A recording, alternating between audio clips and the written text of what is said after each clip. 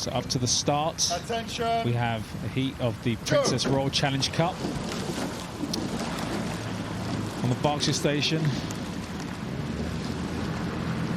We have Gillian Cooper, who won her heat yesterday. And on the Buckinghamshire station, we have Dymchenko, a very established athlete. She won a bronze at the 2008 European Championships. Ended up with 11th place at the World Championships. She recently raced the European Championships, finishing 8th in Lucerne. Going up against the homegrown athlete, Gillian, so I'm sure, as you mentioned, Remden will come into play, but she has to stay in contact till that point. So important. We saw some big results yesterday in the diamonds that we were talking about at the very start of this session. And when you're facing someone like Diana Dymchenko, world medalist, European medalist in the single scull, she also tackles the coastal world rowing championships as well, so she's a multi-discipline athlete. So as we move up to the halfway point of the race, as we approach Fawley, you can see Dymchenko has moved out and extended a lead. But Gillian Cooper doing really well, actually. Only a couple of lengths back, and Diana Dymchenko still striking at a reasonably high stroke rate. What you often see in these single sculls is once they get ahead, they just kind of bring the rating down and down and down, and she's actually still punching.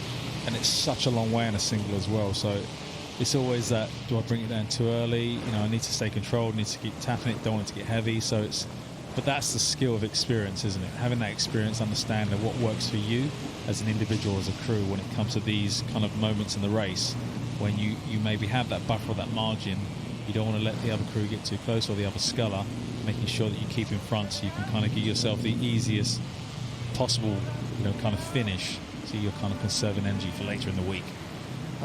Dymchenko, the Ukrainian, is a coach herself, actually, so she will know what it feels like from both a coach perspective and also to be in the boat herself. So she understands the race profile in the single scull.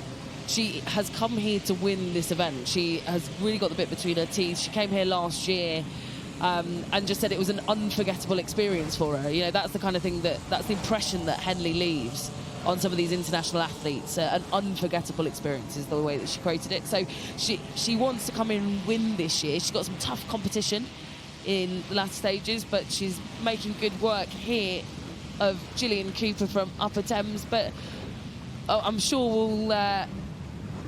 we'll have heard the cheers from Upper Thames as they come in towards the regatta enclosure. This is home water for Upper Thames, and Gillian Cooper, wow, she'll be having a great time on home water, racing against one of the best in the world. One of the best in the world, and that's the unique thing about Henley, is you get to race internationals, Olympians. You know, she's a world medalist herself, Gillian, so she's had that caliber in the women's 8 at the under-23s back in 2015. So, you know, she's a world medalist herself, but obviously coming up at that against an athlete that's more experienced in this particular boat class, and it's all about learning experience. You know, especially in the single, you can learn so much in such a short space of time. And again, you know, her medal at the under-23s was in the 8, you know, the women's 8, which going from the biggest boat in the regatta to the smallest boat, it is such a different mental race for athletes to tackle, from being, you know, right in the middle of that huge boat with all the noise, like we're saying. This is you and your thoughts, your race profile, no cocks talking at you, no one there as kind of moral support sandwiching you in the middle. This is entirely different. So kudos to Gillian Cooper for picking up two sculls and taking on Diana Dymchenko from Ukraine. And Diana's not come down the rate there. She's still ticking it over. But it's still not. She's not coasting at all there. You know, the kind of rate, the cadence that she's actually going at the moment. But Gillian's just struggling. She actually caught the booms.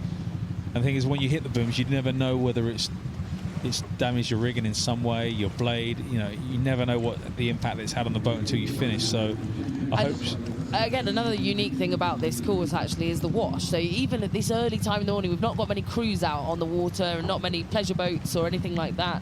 But you can see the waves up against Cooper's boat from Upper Thames just rippling along, and that is tough because it does push you kind of sideways, and in the single. Sometimes you ride those waves and it does send you sideways, and that makes it really difficult if the boat is just at the same speed as you, ahead of you, and you're literally riding on top of it. But as you see, Diana Dymchenko making her way towards the floating grandstand and then the finish line in complete control of this particular race. With her experience, what she's learned from last year's regatta, coming back to try and win this year, as that actually crosses the line ahead of Gillian Cooper. So that's a win for Diana Dymchenko in the Princess Royal Challenge Cup.